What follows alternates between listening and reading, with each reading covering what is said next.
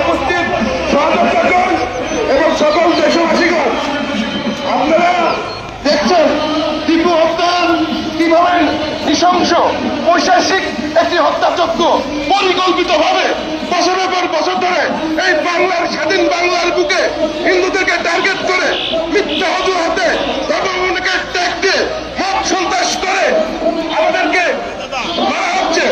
সারা বিশ্ব দেখেছে। আমি সকল দেশবাসী এবং সারা বিশ্বের মানবতাবাদীর কাছে, সাংবাদিক বন্ধু-বান্ধবের কাছে এবং সেখানে কর্মচারীদের কাছে প্রশ্ন রাখতে চাই, এই বাংলাদেশে কি হিন্দুরা শান্তিতে থাকতে পারবে না? আপনাকে হিন্দুদের শান্তিতে থাকতে দিবেন না, নাকি আমরা দেশকে মারা চলে যাবো? তবে বাংলাদেশ হিন্দু মহাজন আপনাদেরকে একটি আশ্বস্ত করতে চাই, বাংলাদেশের হিন্দুরা এই দেশের একটি মাটির করাও ছাড়বে না। যতদিন আমাদের দেহ প্রাণ আছে, এই মাটির মাতৃভূমির মাটির জন্য আমরা লড়াই করব এবং নিজের জীবন বিসর্জন দিয়ে হলেও এই মাটি আজকে ধরে বেঁচে থাকার চেষ্টা করব। তাই আমি সেই মত সন্ত্রাসীদের হুঁশিয়ার করে বলতে চাই, এরপর যদি একটি আমার বিপদ হয় সহ্যভাবে গত বুধবার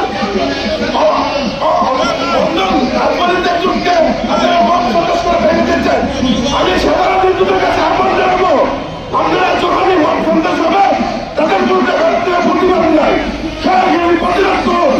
কারণ বাংলাদেশের প্রশাসন এমনকি সেনাবাহিনীরা এই সংখ্যালঘুদের নিরাপত্তা দিতে ব্যর্থ হয়েছে। গত সপ্তাহে চট্টগ্রামের রামজাদে আইন চাকরি পরিবারে তারা দিয়ে বাইরে থেকে আগুন দিয়েছে, তারা দিয়েছে সন্ত্রাসীরা এখনো ধরতে পারেনি প্রশাসন। তার মানে আমরা দেখেছি প্রশাসনের একটি নিরব ভূমিকা আছে, বা হিন্দুদের ওপর হামলার কোন বিচার তৎকালীন যে প্রশাসনের তৎপরতা সেটা দেখা যাচ্ছে না। তাহলে এই প্রশাসনের আন্ডারে আগামী সংসদ নির্বাচনে কিভাবে সম্ভব সুস্থ?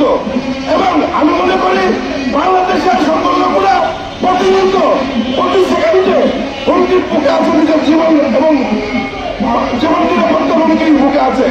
সেই জন্য আমি জাতিসংঘ সহ সকল মানবতাবাদী দেশকে আহ্বান জানাচ্ছি, বাংলাদেশের অপমান সংখ্যালঘুদের জীবন রক্ষার জন্য এবং তাদের রাজনৈতিক অধিকার প্রতিষ্ঠা করার জন্য বাংলাদেশের একমাত্র হিন্দু নির্যাতনের সংখ্যালঘু নির্যাতনের মুক্তির উপায় সাধারণ জাতীয় সংসদে সহ সকল নির্বাচনে পৃথক নির্বাচন এবং সংসদ আহ্বানের ব্যাপারে আপনারা এই অন্তর্বর্তীকালীন সরকারের সহ বাংলাদেশের বিভিন্ন রাজনৈতিক দলকে একটি চাপ সৃষ্টি করবে। আরেকটি কথা বলবো, আমরা এরপর প্রতিবাদে নিজেদের রক্ষার জন্য আমরা রাজপথে নেমে আসবো। আজকে যেটা দেখছেন, আজকে হিন্দু মহাজোটের মাননীয় মহাসচিব সংবিধানের নেতৃত্বে ঢাকা সহ সারা বাংলাদেশের প্রতিটি জেলায় উপজেলায় এই আন্দোলন চলছে। আমরা প্রশাসনকে বলতে চাই, আপনার 7 জনকে ধরে এই টিপু নৃশংস হত্যার ফাঁসি দিবেন, তা হবে না। এই হত্যাকারী প্রায় 200 থেকে 300 হত্যাকারী 4 জন সহিত লাইভে প্রমাণ আছে এবং যারা আরো নৃশংসতা করেছে এই নৃশংস কর্মকাণ্ডকে সমর্থন করে ফেসবুক লাইভে প্রচার করেছে এবং বিভিন্ন তাদের প্রকাশ্যে ফাঁসি কার্যকর করতে হবে। বাংলাদেশ জাতীয় হিন্দু ছাত্র মহাজন যদি এই ফাঁসি আগামী নির্বাচনের আগে না দেওয়া হয়, আমরা ভোট বর্জন করা সহ রাজপথে আন্দোলন দুর্বল করে তুলব। বাংলাদেশের হিন্দু মহাজনের একটি কর্মী এবার এই বিচার না পেয়ে বাড়ি ফিরবে না। আমাদের সামনে আপনারা যদি এই যে হত্যাকারীতে 7 জন রয়েছে, আগামী 1 সপ্তাহের মধ্যে যদি সকল আসামিদের গ্রেপ্তার না করা হয় এবং রাজনৈতিক গত বুধবার যে দর্শক আপনাদের সরাসরি দেখানোর চেষ্টা করতেছি, বাংলাদেশ জাতীয় হিন্দু মহাজোট তারা মানববন্ধন ও বিক্ষোভ মিছিল করছেন জাতীয় প্রেস ক্লাবের সামনে থেকে। লাইভে সংযুক্ত হয়েছি আমি মোহাম্মদ দোলন ঢালি, রিপোর্টার এশিয়ান টেলিভিশন, জাতীয় প্রেস ক্লাবের সামনে থেকে। ডক্টর ইউনূস সরকার, এই অন্তর্বর্তীকালীন সরকার এবং স্বরাষ্ট্র উপদেষ্টা তো সবচেয়ে ব্যর্থ স্বরাষ্ট্র উপদেষ্টা বা মন্ত্রী। তাই অচিরেই স্বরাষ্ট্র উপদেষ্টাকে পদত্যাগ এবং পররাষ্ট্র উপদেষ্টার যে মিথ্যাচার করেছে সাংবাদিকদের মাধ্যমে তাকে নিঃশর্ত ক্ষমা চেয়ে তাকে পদত্যাগ করতে হবে। আরেকটি কথা বলতে চাই, এই আমরা মনে করেছিলাম ডক্টর ইউনূস স্যার শান্তিতে নোবেল পুরস্কার পেয়ে বাংলাদেশের শান্তি প্রতিষ্ঠা করবে, কিন্তু দেখতে পেলাম ওনার মতন একজন অযোগ্য ব্যক্তি কিভাবে শান্তিতে নোবেল পুরস্কার পায়, এটা এখন আমাদের বোধগম্য নাই।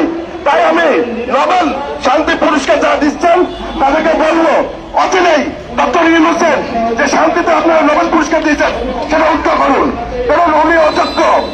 আরেকটি কথা বলবো, আমরা বাংলাদেশ জাতীয় হিন্দু মহাজোট এই বাংলাদেশে আপামর হিন্দুদের রক্ষার্থে সর্বদা রাজপথে সংগ্রাম করে যাচ্ছি, আলোচনা করবো। সাধারণ হিন্দুরা সকলে হিন্দু মহাজোটের প্রতিহতনে ঐক্যবদ্ধ হয়ে আগামীতে সংগ্রাম আন্দোলন গড়ে তুলুন। ধন্যবাদ সকলকে।